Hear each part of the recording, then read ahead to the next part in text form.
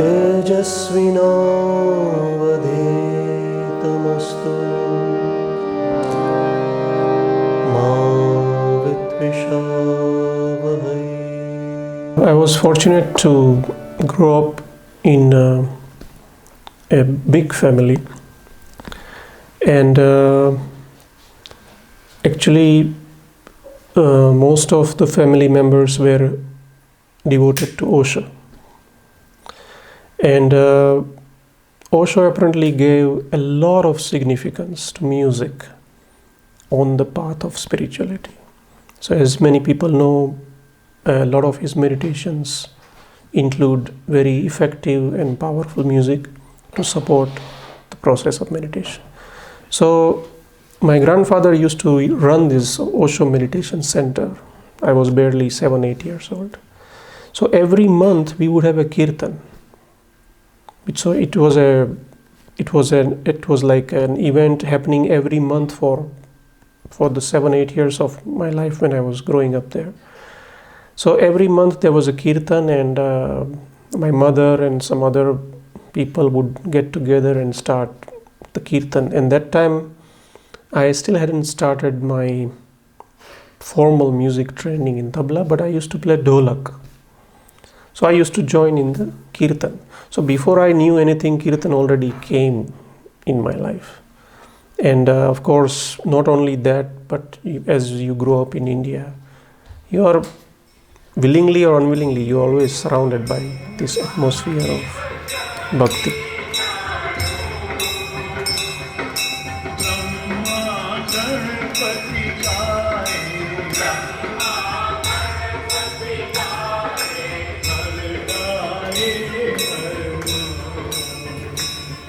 From the various festivals, from all the temples which are around you, and then various ceremonies which either are happening in your house or in neighbor's house or in some other family's or relatives' house, you are invited in.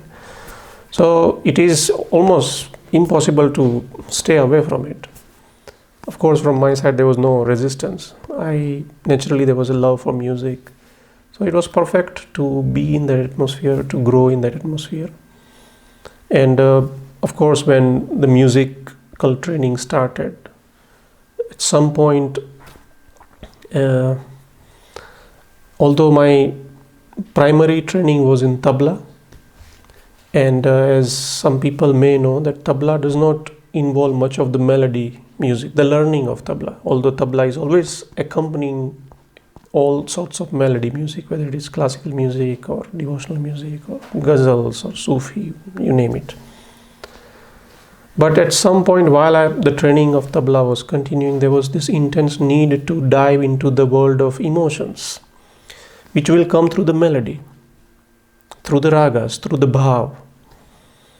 And though, of course, a lot of listening of great Indian music was happening during all those years, but the output was not happening as far as expression was concerned. And suddenly, one point, I started composing music, putting beautiful lyrics to a melody. And I remember the first song ever that I composed was a song from Kabir. And Kabir being one of the greatest bhakta known from India.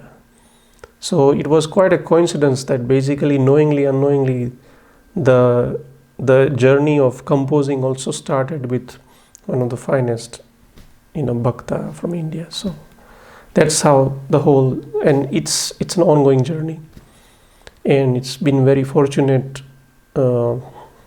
journey, of course, that one. It's a journey which begins but does not end.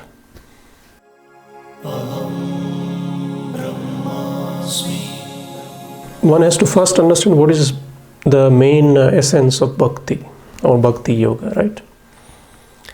So bhakti yoga, as I understand, I may be wrong, but my personal understanding from all the journey that I have gone through is that bhakti is the path of love, path of devotion towards the higher. It means that one brings total focus on a certain object. Now, in our case, India is the birthplace of bhakti.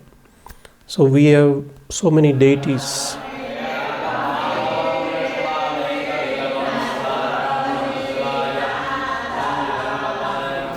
But there could be what I would understand is a sagun bhakti and nirgun bhakti. So sagun bhakti meaning your object of love, your object of devotion is a certain deity, or it could be a guru in physical form, or it could be nirgun bhakti, that one is simply in the love with the essence of life, with the truth of life. So this is a freedom one can have, whether he wants a sagun bhakti or nirgun bhakti, whether he wants to be in the love affair with the form or the formless. But generally, people find it hard to connect with formless, so forms were given. And in India, there is no shortage of forms. We have, as the last updated figure was 33 million gods and goddesses. Or 330 maybe million. But anyway, so there is an immense freedom for everyone to find their connection with the different deities. Somebody may be in love with Krishna, somebody feels a connection with Ganesha or Shiva, or sometimes in the same family you will find people having different deity to worship. But at the same time, in the evening, they would all come together and have dinner together. They would not fight that, oh, Krishna is better than Shiva, or Rama is more graceful than Hanuman. No. Everybody knows that everybody is beautiful, and my personal connection is with this deity or this particular. So, bhakti is this, first that where one feels that connection with. So, when one knows that what is the essence of a certain deity, a certain form, and does it resonate with your personality, then one will feel, then it's a beginning of bhakti. And then in the journey of bhakti is a ultimate outcome. But to come to that outcome, first necessary element is faith. And then three most important ingredients: trust, surrender, and acceptance. And no expectations. So then it's a journey where you simply flow. Bhakti is a journey which is suitable to a lot of people because, as you know, we have 4 kinds of yoga. We have Raj Yoga, which is, Hatha Yoga, Kriya Yoga, Ashtanga Yoga, all that. Then we have Karma Yoga, the path of service, selfless, motiveless service. Then we have Bhakti Yoga, and then we have Jnana Yoga. So one can find what suits to one's personality. If one is more intellectual type, then he will not really go into the path of Bhakti Yoga or Raj Yoga or Karma Yoga. But maybe Jnana Yoga is a path which is more like an intellectual path. But not a lot of people are that type. A lot of people are more like simple type. And that's why Bhakti was born and flowered so much in India. And you will find in India, 90% of people are more on the Bhakti path. Now, one can see the difference in their sincerity and all that. But ultimately, most of the people are not intellectual type. So then they choose the path of Bhakti. As I understand, Bhakti is a journey of dissolving yourself. Bhakti is something where you feel that you are nothing, you are nobody. He or she, whichever deity that one feels connection, it's that all there is. And that particular deity has all the strength, all the power, all the responsibility of not only you but everything around you and the rest of the world. So in a way, the idea of that I am something and I can do this and everything is in my hands is completely not there. So that what happens, that becomes the tool to slowly dissolve the ego. So bhakti is totally about that you feel that you are not even a drop of an ocean. You feel helpless in a way. Now ego does not want to be helpless.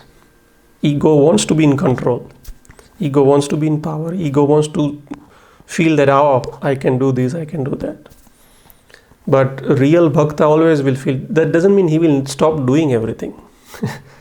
But he will continue what needs to be done. Just today I was reading somewhere that, if it is raining, it doesn't mean you don't open your umbrella.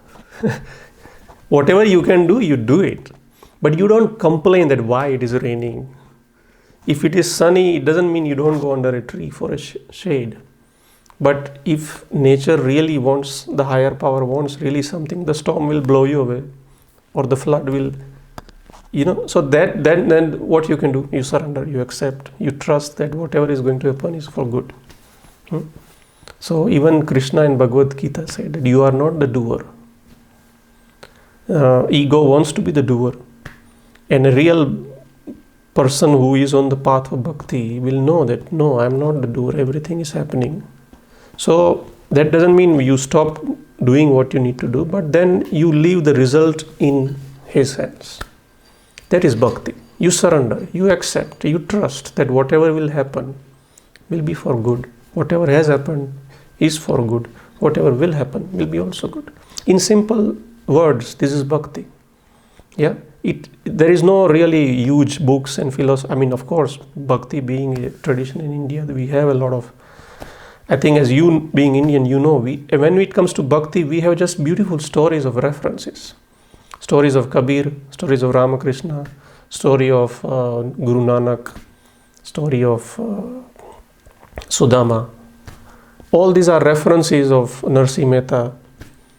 They are finest references of what is the real bhakti. There are no scriptures about bhakti. We have had living example until now. So to me that is bhakti, and that is why I would like to bring this reference that in India, mainly because there have been two main paths, the path of jnana and path of bhakti. So if you notice, all the institutions, all the schools, all the ashrams which were connected with Jnana Yoga, they are in the mountains. Like Jainism. Jainism is Jnana Yoga Marg. Buddhism is a Jnana Yoga Marg.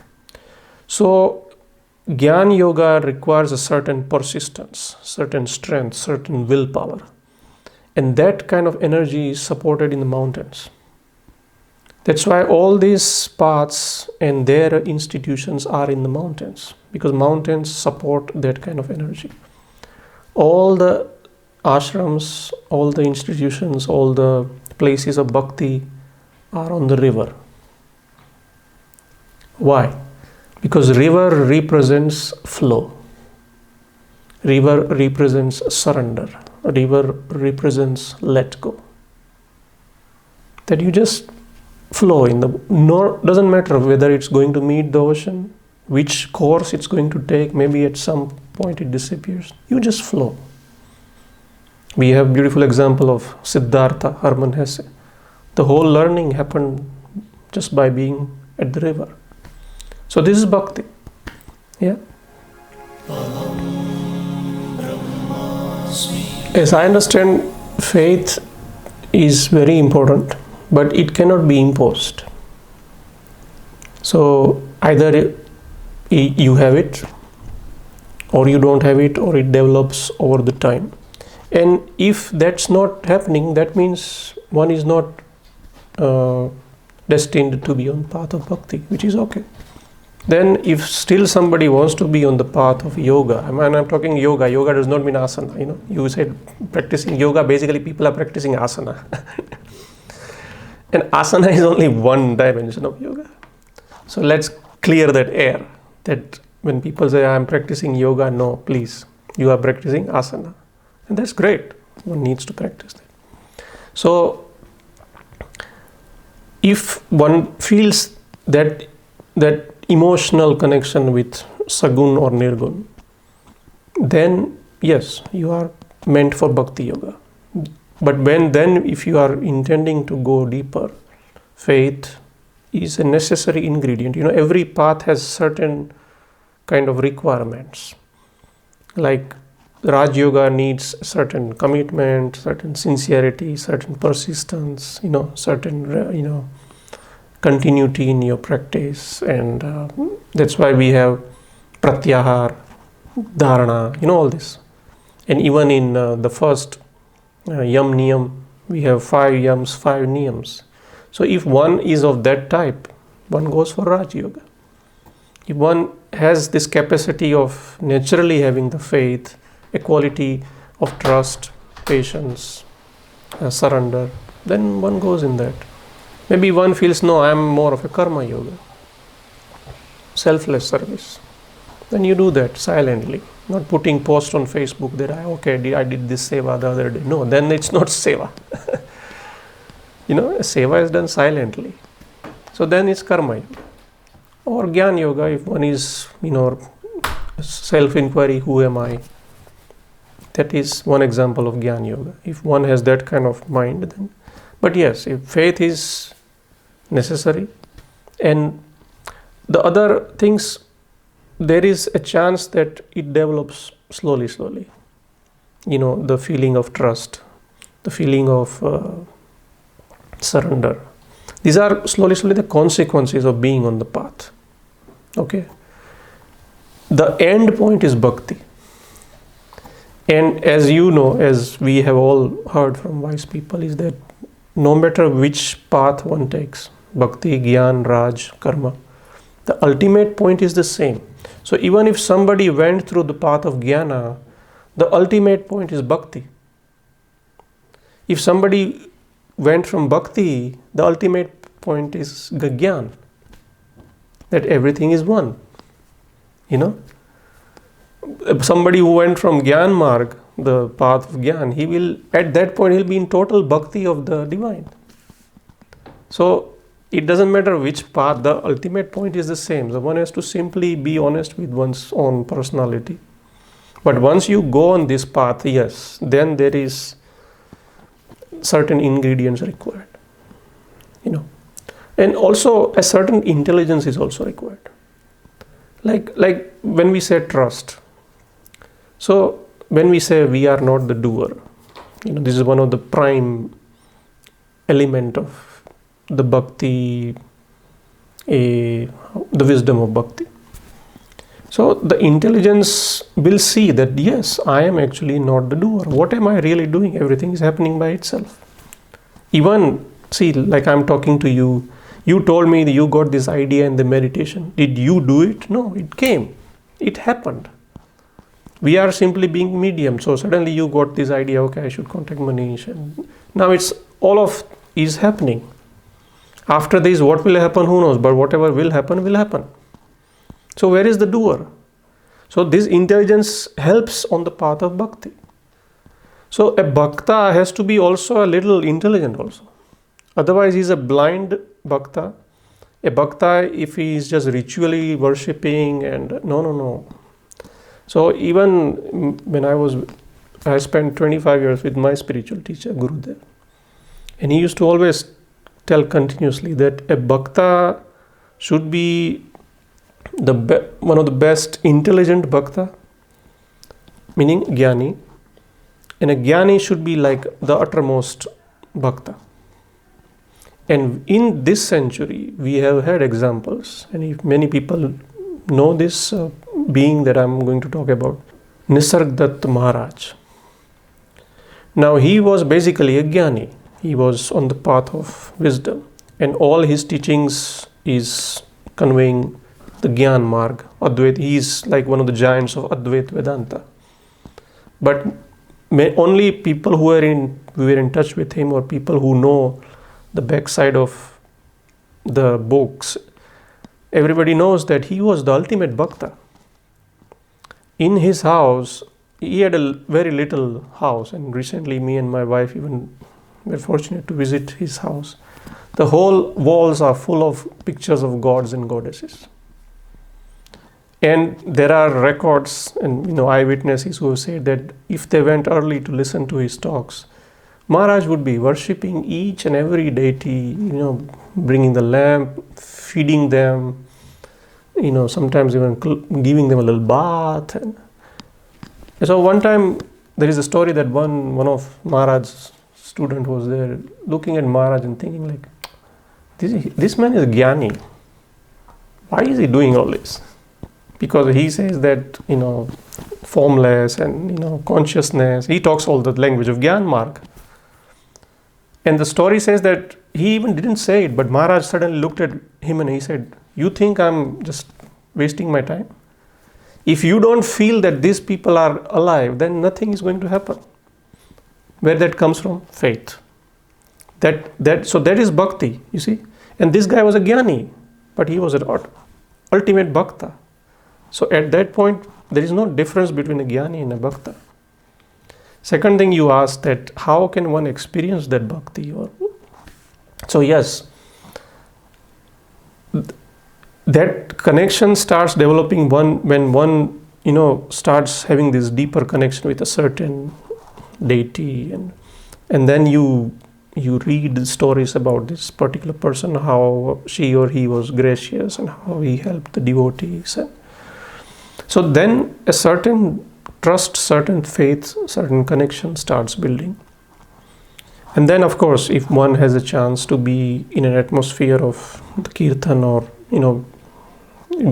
if somebody is a devotee of Krishna, then we have Krishna birthday festivals or various things. So then when one is in the middle of a kirtan, and kirtan is one of the most powerful and easiest effortless technique of meditation, it is said. Why? Because you don't have to do anything. You simply have to merge with the music. Now here comes the music. Music plays a very, very important role.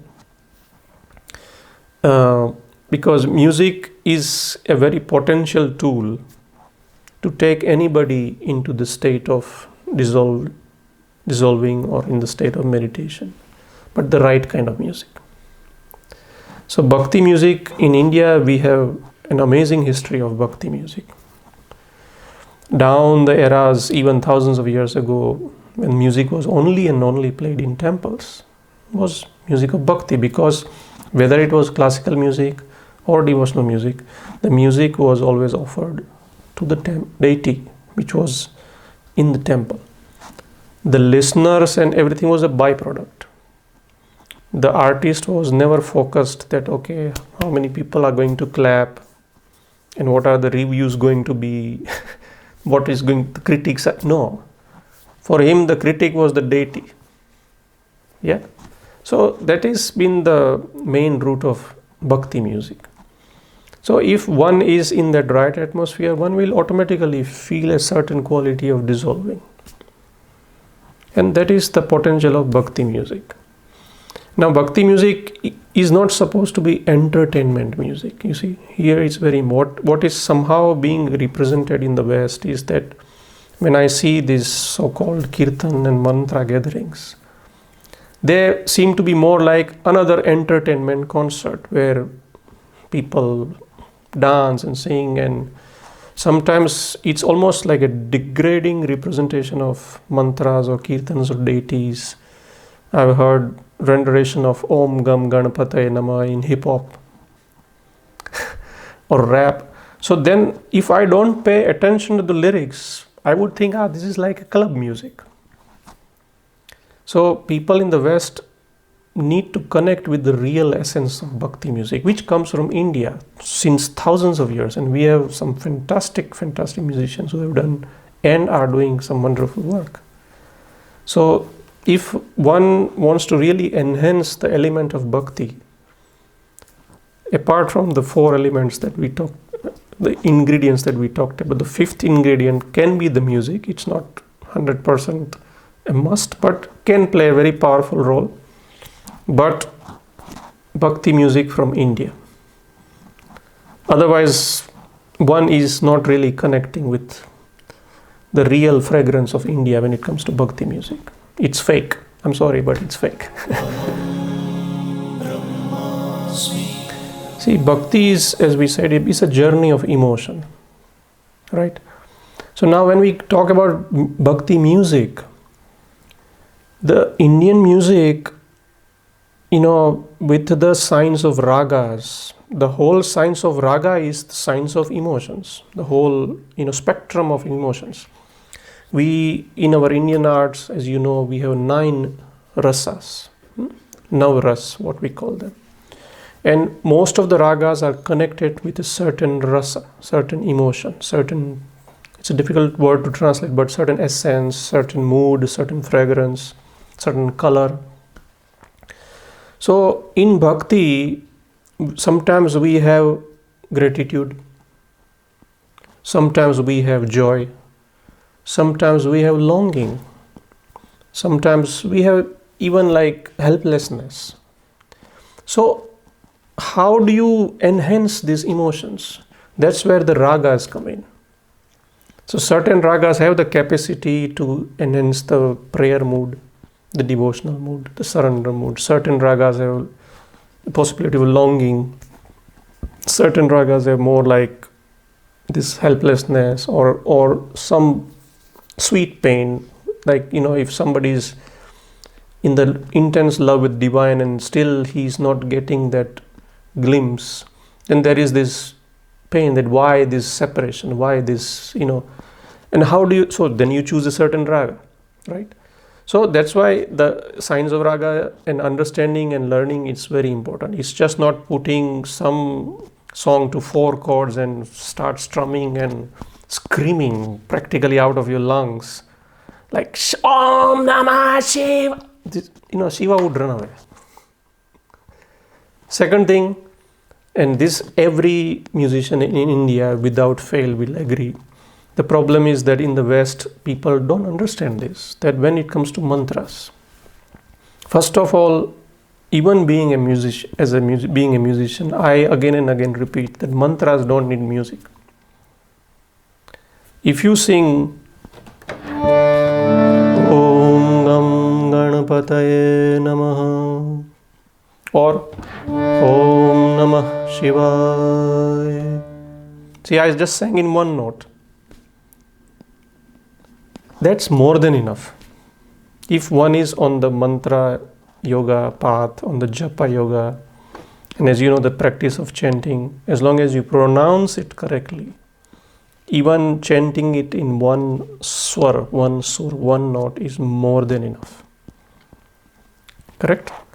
But if one decides to put them to music, mantras to music, then one has to understand that what is the essence of that deity, what is the character, the color of that deity that I'm going to sing about. Shiva, Krishna, Rama, Lakshmi, Saraswati, Kali. And accordingly, we choose as raga to put that mantra to the music. So a raga which will apply to a Krishna mantra may not be necessarily applicable to a Shiva mantra. Why? Because Shiva is this very awakening, raw, fiery, Rudra energy. Krishna is heart, love, compassion, joy, bliss, beauty. So then you apply that raga for a Krishna mantra. Shiva mantra cannot be very emotional and it will not work musically. And Krishna mantra does not mean Shiva is not compassionate or Krishna cannot be roaring. They can be. But a general outline of deity is very clearly prescribed, that this is the character of Shiva. So then, we musicians, when we sit down, it's an uttermost responsibility that what kind of music I'm going to put to this mantra, and is it going to very first, maintain the energy of the mantra, and then second stage, is it going to enhance the energy of the mantra? Otherwise, mantra does not need me. I need the mantra, because when I sing the mantra, it takes me somewhere. Mantra is complete in itself. Anybody practicing in Om Namah Shivaya, Om Namah more than enough. But we as a musician, if we come to the mantra, we must bow down with the respect and surrender and trust. Okay, guide me to the right element of music. And so, for that, what is needed? Training is needed. Patience is needed. Right guidance is needed. And then, yes, maybe one is able to give mantra that. So, people who are doing mantras and kirtans, most of them in the West, 99% have no clue what to use. And I've seen a lot. I tell you, I've seen a lot. Playing with them, and sometimes, because of the social media, you come across this on a daily basis. And you clearly see, so every culture has its fragrance.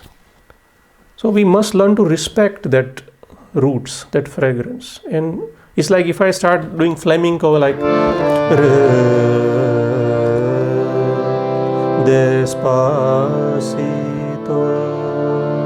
See, you're laughing, no? You're laughing, no? This is how I laugh when I hear these guys. Or I'll give you one more example. Now let this be the finest example for all the so-called mantra singers around the world. We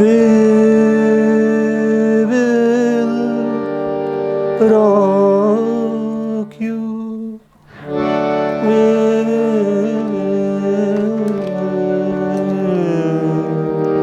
rock you. Does it sound hilarious? Why doesn't it work? Because it does not have that energy. It needs that. The same way, mantras need that energy of Indian music, the right element. Otherwise, it's all an idea that something is happening. See, many times, many of these people come to me and they say, but our intention is good. All our devotion is there, our bhakti is there. Yes. I don't question that. I don't even look at that. But if I am working let's say if I'm working in a pharmacy, but my intention is to become a heart surgeon, would you come to me with your heart problems? Because my intentions are great, but I'm not qualified. Not every singer is qualified to be a mantra singer. For that, a certain training in Sanskrit, certain training in Indian culture, in Indian music is needed. Then it can take really the whole thing deeper. Otherwise, it's some pleasant idea that something is happening. The one who is representing it and the one who are listening it, but actually nothing is happening. Or let us imagine if something is happening. Let us imagine for a while that something is happening. Then imagine if the fake is taking you somewhere where the real can take you. That's all I'm saying. It's a matter of grace.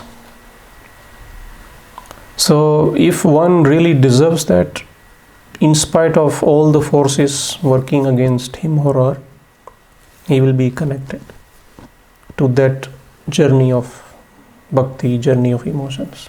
People don't understand is that the current setup of society and education and everything is all heady.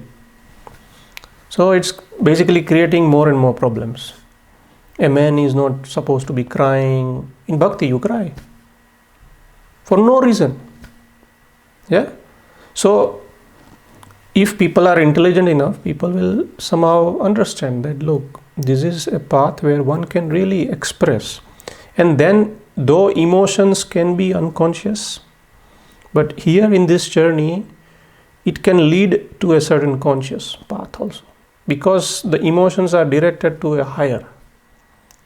Emotions are not connected with, in a human form. That will always be there. But there'll be one more connection where it's a really divine love affair. So Sufis have really described it nicely. Ishq hakiki. Ishq majaji, ishq hakiki. Haq means truth. So in love with truth. So in divine or truth, whatever you call it. India will be never free of bhakti. It is such an ancient treasure of our land that it can be never erased completely. It might just fluctuate a little bit here and there, but it will always be there. And as I said, it's a matter of grace. So person who really wants to dissolve, some or other way he will be connected with bhakti through the rituals or not through the rituals. The thing is that the very process of ritual ruined the bhakti. If the rituals are done with consciousness, awareness, and that real, like how Maharaj said, in his mind there was no doubt that these are not real. So that kind of intense faith must be there. So if the younger generation is seeing that in their older generation, they will see that, look, there is such a strong bond there. But if the older generation is doing because their grandparents just do it, the artis and pujas and Satyanarayan Katha and all that, because otherwise what will the neighbor say? Yes, then there is no ground in that. So obviously the younger generation is not going to connect with it. Okay. And sometimes, this can come much later. So it happened even in my life for a while. Somehow I was not into that. The kirtan and everything was there, but then from suddenly at some point all these things came back because I was always surrounded by this. So it just took its time and it came back, and so it's a matter of grace, a time. Life knows what to do. So we cannot expect that everyone will become bhaktas. That's not supposed to be like that. Everything has its balance course of life. And maybe somebody is suitable for Gyan, somebody is for Raj, somebody is Karma. Maybe somebody is not supposed to be on path of yoga at all. See, this is all earning of our many lifetimes as we believe in India. That to be on a spiritual path is actually earnings of many, many lives. Nisargadatta Maharaj used to say that even if you heard the word enlightenment, you are extremely fortunate. So many millions of people even don't know that something like enlightenment exists even. So then there is no step taken towards that. So in a way, people like you, me, people we know at least are a little bit lucky in that way. Okay, so the journey has started. Now patience of that many leaves. Do we have that patience? Then it's bhakti. But no, we won't in this lifetime, after 3 weeks of yoga training or 1 week of meditation retreat. No, it's not going to happen. My guru says that it's like buying a lottery. You have to buy a lottery to win the lottery. But buying the lottery does not guarantee to win the lottery. That winning is grace. As simple as that. Bhakti is not complicated. It's as simple as this. But the thing is that our mind, especially the current setup of mind, does not like simple things. So then they want to be in Vakrasana and this asana and that asana, and some people making asanas even on the harmonium. I was shocked. Some people I saw, they are doing asanas on poor harmonium. What are they trying to prove? And the last thing, even if somebody are on the path of bhakti, one should never call themselves that I am a bhakta. One should be absolutely silent about it. Never have this identity. Like, all these asana people are, I'm a yogi. How ridiculous is that? You are a yoga student. You are not yogi. It's like if I'm learning music, I call myself an ustad. It's as ridiculous as that. Do I call myself maestro if I've just started learning since 6 months? But all these yoga people start saying, oh, you are yogi, we are yoginis, this, that. In India, it's not like that. The finest yoga maestro even does not call himself a yogi. People like Maharaj, people like Osho, people like J. Krishnamurti, they were real yogis. They never did asana, but they were yogis and they never called themselves yogi. So same way, if one is on a path of bhakti, remains silent. I think in Sufism it says that if your right hand is practicing something, your left hand should not know about it. You should be as secretive about your spiritual practice, like this. Because ego always wants an identity. First I was a businessman, I was a great accountant, a great musician, now I'm a great bhakta. Now I'm a yogi. So it's the same bullshit is going on. The ego really loves to carry on an identity and balloon up the identity. And the actual path of yoga is to dissolve all that. So if one calls themselves even yogi, then they should be quiet about it. A yogi never says I'm a yogi because he knows he's a yogi. Why would I ever say I'm a yogi? No. Like you're a woman. Do you say I'm a woman? No. So this is what the West needs to understand. This is the tradition of India. This is the heritage of India. Nobody over there claims I'm a bhakta, I'm a jnani, I'm a yogi. They are. If they are, they are.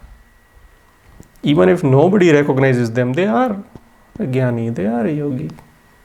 They are at that point where all the need of recognition is gone.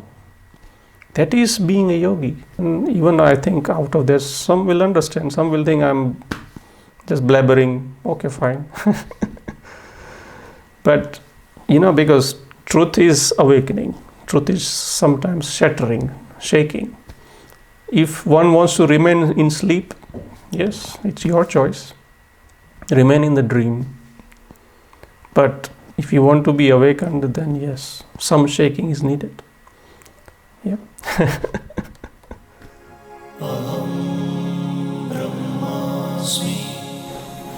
The problem is, it's like, imagine if I go to a rock concert and tomorrow I want to be a rock musician. So can I be a rock musician just because I'm a singer? So if you are thinking of responsibly representing a certain tradition, then yes, skills are required. And skills according to the tradition you want to represent. So if you are from India and if you want to be representative of tango music, meaning if you want to be decently represent that tradition of music to the public domain, it needs certain training, certain atmosphere, certain connection with that culture. Then you will be able to do that. Otherwise, you might do something and maybe people in India will feel, wow, great tango music, but anybody from Argentina will say, yeah, excuse me, but this is not tango music. So the same way I'm saying that it is a responsibility of any musician. Otherwise, if you are a bhakta and if you are just being part of some gathering, you can be completely in that space of bhakti, dissolving and all that. Yes. Well, the problem is when these people want to become representatives. So that's all I'm saying. Otherwise, you can be like, we have sadhus in the streets. They are singing out of tune, whatever. But doesn't matter because they are not trying to be musicians. They are not trying to do concerts. They are not trying to represent this tradition. They are just already connected. So out of that, whatever happens is already divine. Whether a word is uttered or no. The silence is divine, the word is divine, everything is divine. Because their connection is already, they have merged. They have dissolved. Show.